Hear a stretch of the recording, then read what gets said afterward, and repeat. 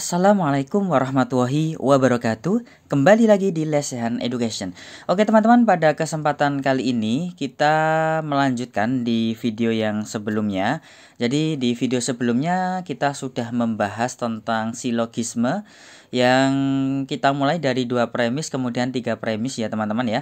Nah, di video kali ini spesial untuk silogisme akan kita bahas kembali karena ini ada beberapa pesan ya. Jadi sudah ada pesan masuk, salah satunya adalah ini ya teman-teman ya.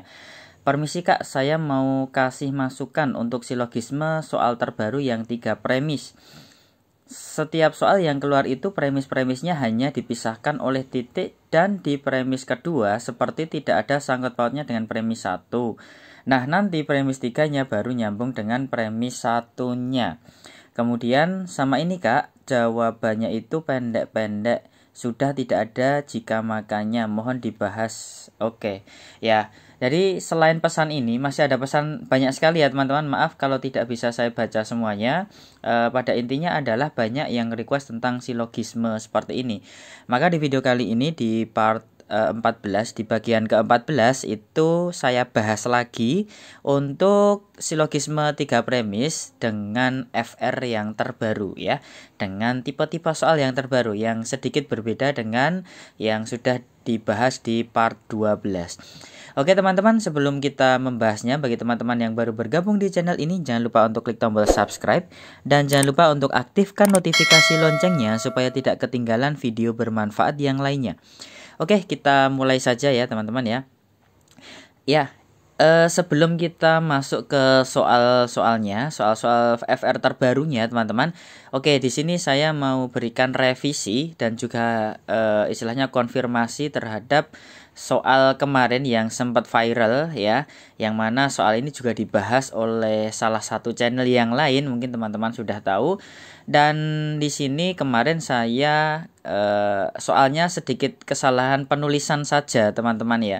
Jadi kemarin soalnya adalah seperti ini matematika, ini kimia. Kemudian di video kali ini saya revisi, di sini kimia, di sini matematika. Nah, soal ini itu sama persis dengan soal yang sudah dibahas di channel lain. Nah, di channel lain itu mengatakan bahwa jawabannya adalah yang A.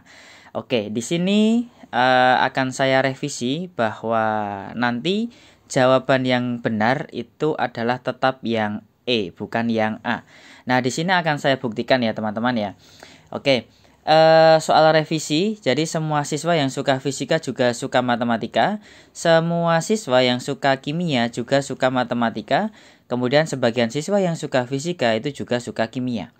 Oke, kita baca dulu atau kita tulis dulu kasus yang pertama. Jadi di sini dibagi menjadi 2 kasus teman-teman ya.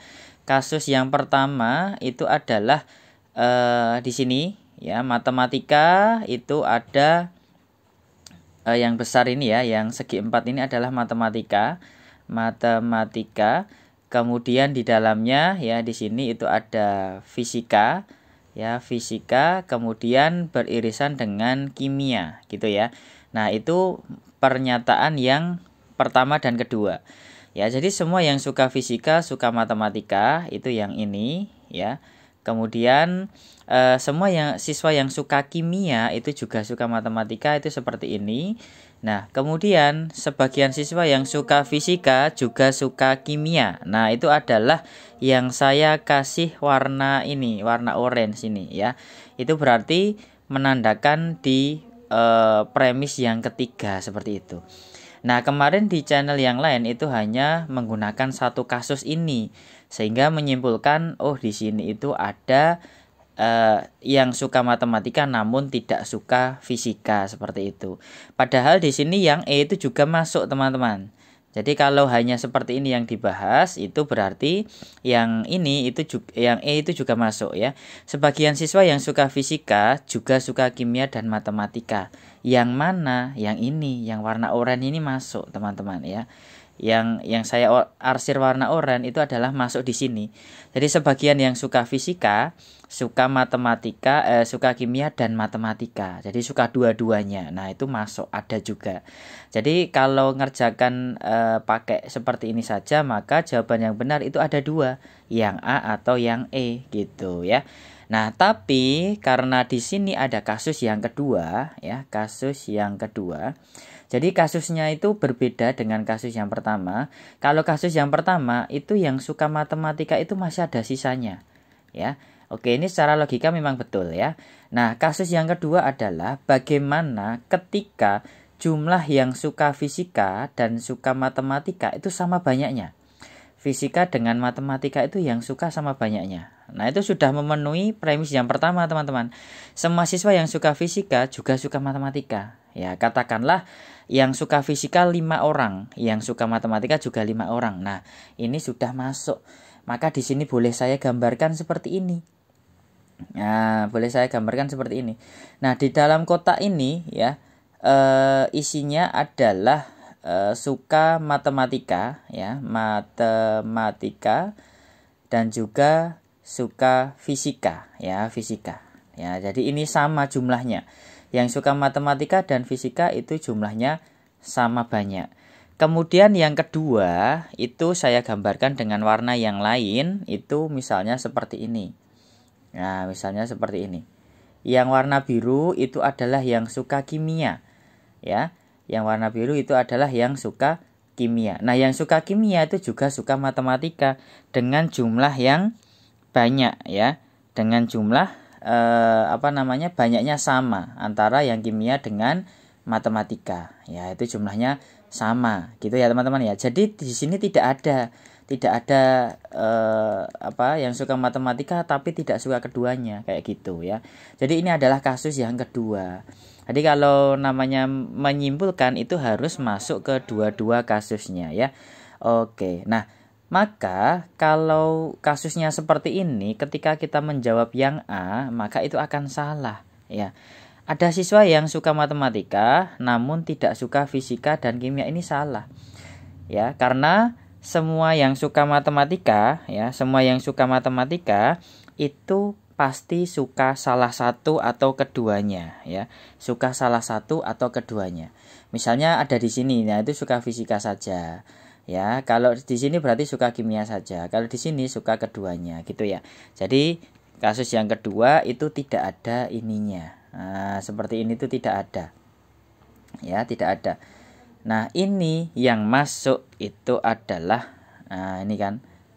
Nah, ini yang masuk itu adalah yang E ya. Sebagian siswa yang suka fisika juga suka kimia dan matematika. Di mana ini loh ya, ini ya.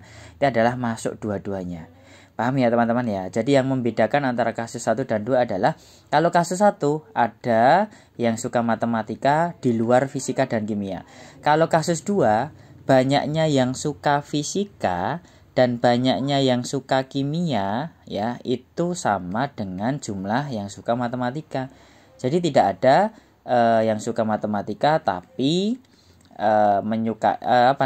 jadi tidak ada yang suka matematika tapi tidak menyukai dua-duanya, itu tidak ada. Ini tidak ada. Nah, begitu ya, teman-teman ya. Oke, ini juga sudah saya gambarkan di Instagram ya, @lesehaneducation. Sudah saya gambarkan. Teman-teman bisa download ya, Lesehan Education. Sudah saya bahas seperti itu. Jadi jawabannya adalah tetap yang E. Nah, gitu ya.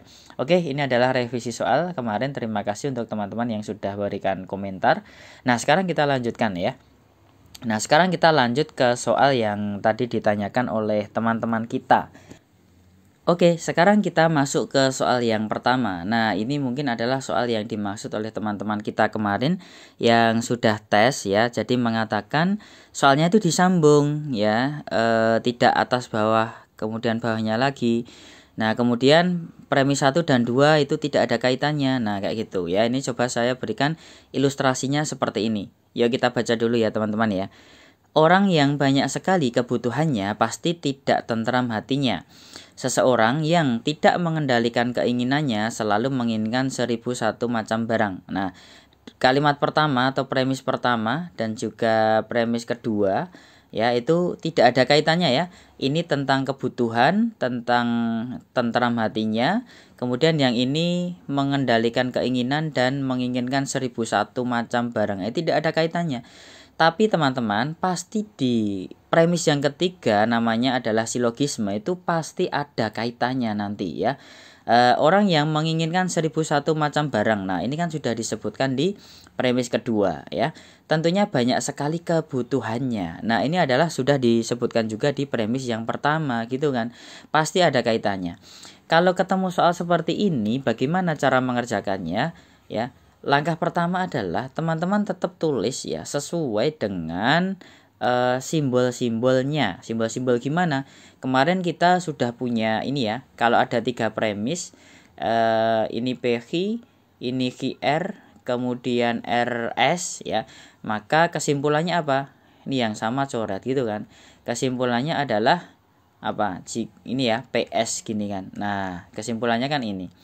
Maka di sini teman-teman coba dimisalkan dulu ya isi-isinya apakah bisa menggunakan rumus ini ya. Oke, orang yang banyak sekali kebutuhannya ini misalkan kita tulis P gitu ya. Pasti tidak tentram hatinya. Ini misalkan he gitu ya. Kemudian seseorang yang tidak mengendalikan keinginannya. Nah, ini misalkan ini belum ada kan di premis yang pertama. Maka ini boleh kita misalkan dengan huruf lain, misalkan R ya. Oke, selalu menginginkan 1001 macam barang. Ini juga belum tertuliskan ya. Ini misalkan S. Nah, gitu ya. Kemudian orang yang menginginkan 1001 macam barang. Nah, ini sudah disimbolkan tadi apa? S. Nah, gini kan. Ya, tadi sudah kita misalkan S, maka ini juga harus S karena sama kalimatnya. Tentunya banyak sekali kebutuhannya. Nah, banyak sekali kebutuhannya sudah kita misalkan dengan P. Nah, gitu ya. Maka di sini kita punya rumus apa? P, H, ya, kemudian RS, gini kan. Kemudian SP. Nah, kayak gitu ya. Ini memang tidak ada tidak ada jika makanya kalimatnya. Ya, tapi di sini secara tersirat itu ada, teman. Nah, ini soal jenis baru seperti ini ya. Biasanya di sini jika, nah kemudian di sini maka gitu ya. Ini cuman diganti kalimat ini ya. Orang yang banyak sekali kebutuhannya pasti. Nah, ini kata maka ini diganti ya. Diganti dengan kata-kata yang lainnya. Tapi secara konsep itu sama, teman-teman ya. Ini kelihatan nggak, teman-teman, warna merah ya. Ya, saya ganti kuning ya. Nih, PH, kemudian RS, kemudian SP. Nah, ini kan juga sudah 3 ya. Jadi sebenarnya ini bisa diurutkan, teman-teman ya. Urutannya gimana? Nah, ini sudah kita tuliskan ya. Tadi yang tidak bisa mengendalikan keinginannya, tadi kita misalkan dengan apa ini? R ya, tadi ya sudah kita tulis ya. Ini R. Kemudian 1001 macam barang itu S. Ya, kemudian 1001 macam barang itu S. Banyak kebutuhan itu adalah P. Kemudian ini kebutuhan lagi yang diceritakan itu P. Tidak tentram hatinya itu adalah H. Nah, gitu ya. Nah, dari sini berarti bisa kita urutkan ya. Jadi di sini kita urutkan jadi R, S, kemudian SP, kemudian PH. Nah, kayak gitu kan. Ini kan tadi yang sama kita coret kan. Jadi dari sini ke sini tuh cuman dibolak-balik, dipindah saja ya. PG itu di sini kita tulis di bagian nomor 3. RS itu paling atas, SP itu paling tengah. Jadi teman-teman jangan bingung kalau di premis 2 tidak ada kaitannya dengan premis 1. Pasti nanti disambungkan dengan premis yang ketiga. Dibalik aja kalimatnya nggak apa-apa. Ya, kalau dipindah-pindah kalimatnya itu diperbolehkan. Yang tidak diperbolehkan itu apa, teman-teman? Teman-teman mengubah ini loh yang tidak boleh. Misalnya jika P maka Hi, teman-teman Hi-nya dipindah ke depan, P-nya pindah belakang, itu tidak boleh ya. Karena ini satu kalimat, kalau hanya digeser-geser posisinya ke atas ke bawah itu tidak masalah gitu ya. Oke. Maka di sini karena ada ini sudah kita urutkan tadi ya. Maka kita coret saja S dengan S, P dengan P. Maka kesimpulannya adalah R kemudian H. Nah, gitu kan. Nah, R-nya apa? R-nya adalah seseorang yang tidak mengendalikan keinginannya, ya kan? Itu R kan? Berarti dicari orang yang tidak mengendalikan keinginannya yang mana? Ini salah. Ini salah. Berarti kalau tidak A, D dan E gitu kan. Nah, sekarang H itu apa? Oh, ini. Tidak tentram hatinya. Nah, dicari yang tidak tentram hatinya. Nah, ini tidak tentram hatinya. Kita simpan dulu. Yang ini 1001 macam. Nah, ini salah. tidak tentram hatinya. Orang yang mengendalikan keinginannya tidak tentram hati. Oh, ini sama teman-teman ya. Oke, yang sorry, ini tadi bukan yang A ya, tapi yang B ya. Yang B dan E sama ini jawabannya. Sama persis ya. Berarti belum saya edit ini ya. Nah, ini adalah jawabannya ya. B atau E ini sama ini jawabannya gitu ya. Oke, jadi itu adalah jawaban dari pertanyaan seperti ini. Oke, intinya untuk soal nomor 1 ini teman-teman tetap misalkan dengan PQRS ya, PQRS, kemudian bisa dibolak-balik urutannya pakai rumus yang ini ya. Oke, pakai rumus yang ini ya. PQRS berarti kesimpulannya adalah PS. Nah gitu ya, mesti seperti itu ya. Oke, gitu ya teman-teman ya, bisa dipahami. Baik, kalau sudah, sekarang kita masuk ke soal berikutnya ya. Kita masuk ke soal nomor 2. Nah, ini teman-teman kalau mau menjawab dulu silahkan, kalau tidak sekarang kita langsung bahas saja. Jika Radit belajar dengan serius, maka ia akan memperoleh nilai SKD yang tinggi. Jika nilai SKD Radit tinggi, maka ayah memberikan hadiah motor dan laptop. Ternyata ayah hanya memberikan hadiah laptop baru kepada Radit. Simpulan yang paling tepat adalah yang mana? Oke, ini yang mana teman-teman ya? Bisa teman-teman coba dulu. Kalau sudah, sekarang kita akan membahasnya ya. Sama teman-teman caranya. Radit belajar dengan serius, ini berarti misalkan P, maka ia akan memperoleh nilai SKD yang tinggi, ini V gitu ya. Ini titik, ini premis 1 kan, berarti premis 1 kita tulis jika P maka V. Jika nilai SKD CPNS Radit tinggi, nah ini sudah dimisalkan dengan V tadi ya, V, maka ayah memberikan hadiah motor dan laptop baru. Nah ini berarti R, kan belum ada tadi ya, berarti di sini Q R. Nah kemudian ternyata ayah hanya memberikan hadiah laptop baru kepada Radit. Hanya laptop baru. Kalau hanya laptop baru kan berarti ayah tidak memberikan hadiah motor dan laptop, betul kan? Ya, maka di sini adalah negasi R ya. Negasi R itu adalah kebalikan dari R. Nah, maka di sini kebalikan dari R. Nah, kesimpulannya apa? Nah, itu yang ditanyakan. Gitu ya, teman-teman ya. Oke. Jadi ini yang perlu teman-teman pahami ya, karena di sini ternyata ayah hanya memberikan hadiah laptop baru. Hanya laptop berarti bukan motor dan laptop gitu kan. Maka berlawanan dengan R ini gitu loh ya. Nah, caranya adalah teman-teman bisa gunakan atau teman-teman kerjakan yang ini dulu ya. Ini kalau diambil kesimpulan PQR apa teman-teman kesimpulannya? Iya betul sekali, Q-nya dibuang. Maka kesimpulannya adalah jika P maka R gitu kan. Nah, tapi masih ada satu premis lagi, negasi R. Nah, maka di sini kesimpulannya apa? Ya, teman-teman, ini ada rumus ya. Ini namanya adalah modus tollens ya. Modus tollens ya. Jadi modus tollens itu adalah ketika ada jika P maka R, kemudian ada negasi R, maka kesimpulannya adalah negasi P. Nah, bagi teman-teman yang belum tahu ya, ini adalah jawabannya. Apakah pasti seperti itu? Ya, ini adalah rumus namanya modus tollens ya. Teman-teman bisa gunakan untuk menjawab soal yang seperti ini. Jika premis yang terakhir yang sedikit ini itu negasinya, maka kesimpulannya juga negasi dari yang awal ini. Pasti seperti itu. Maka apa jawabannya teman-teman? P itu apa sih? P itu Radit belajar dengan serius. Berarti kalau negasi P apa? Radit tidak belajar dengan serius. Berarti jawabannya adalah yang A gitu ya. Nah ini bukan ini teman-teman ya. Salah semuanya. Karena jawabannya itu hanya singkat sekali. Nah ini yang teman-teman maksud ya. Ini ya. Yang kemarin sudah tes mendapatkan 3 premis. Kemudian ada jawaban yang pendek-pendek. Seperti itu ya. Oke, maka jawabannya adalah yang A. Nah, ini sudah saya tuliskan ya teman-teman ya.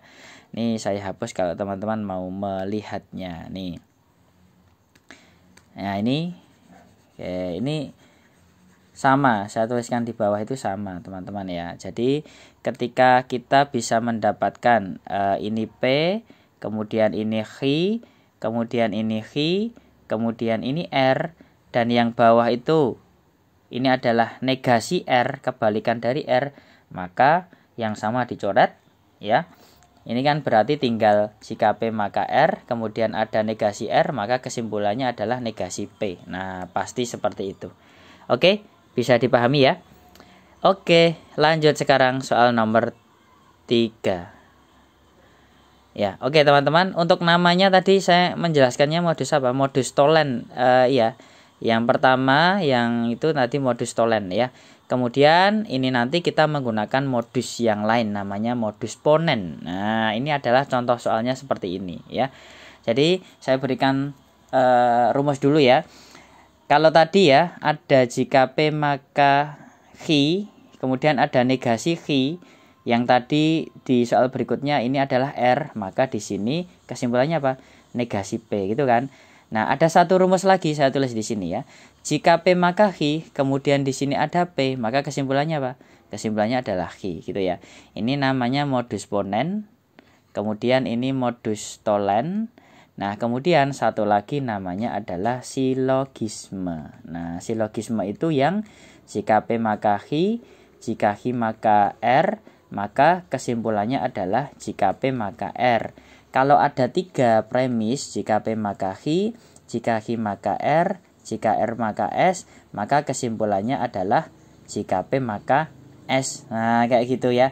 Jadi 3 rumus ini ya teman-teman ya, ini cukup sebenarnya untuk menjawab soal-soal dari silogisme kayak gitu ya. Ini disimpan ya teman-teman ya, 1, 2, 3, 4. Nah, di soal ini kita akan belajar tentang ponen ini. Nah, di soal yang saat ini akan kita bahas ya. Yuk, jika hari ini hujan deras, maka saya memakai payung. Nah, ini berarti kita tulis dulu ya. Hari ini hujan deras itu misalkan P, saya memakai payung itu X. Ya, kemudian jika saya memakai payung, itu apa? X ya berarti ya, sudah kita misalkan ini tadi. Maka tas baru ini tidak basah. Nah, ini R ya, ini R.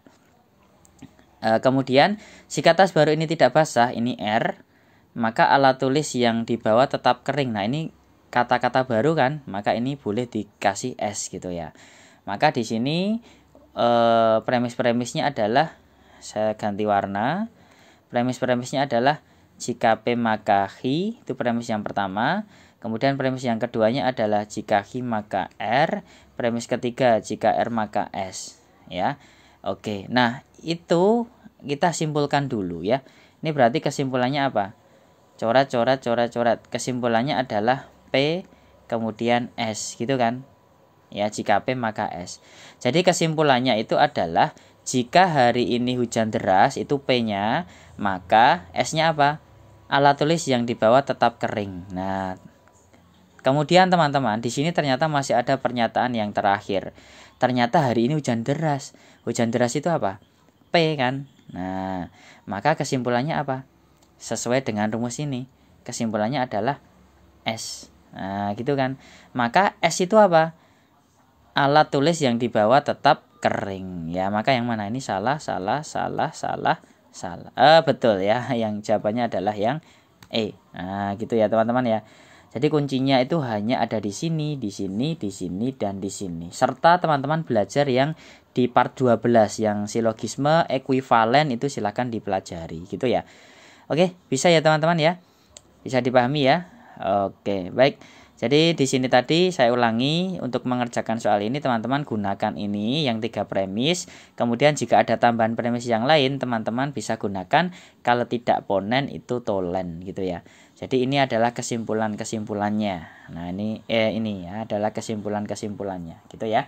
Oke, mungkin itu dulu video dari Lesson Education pada kali ini.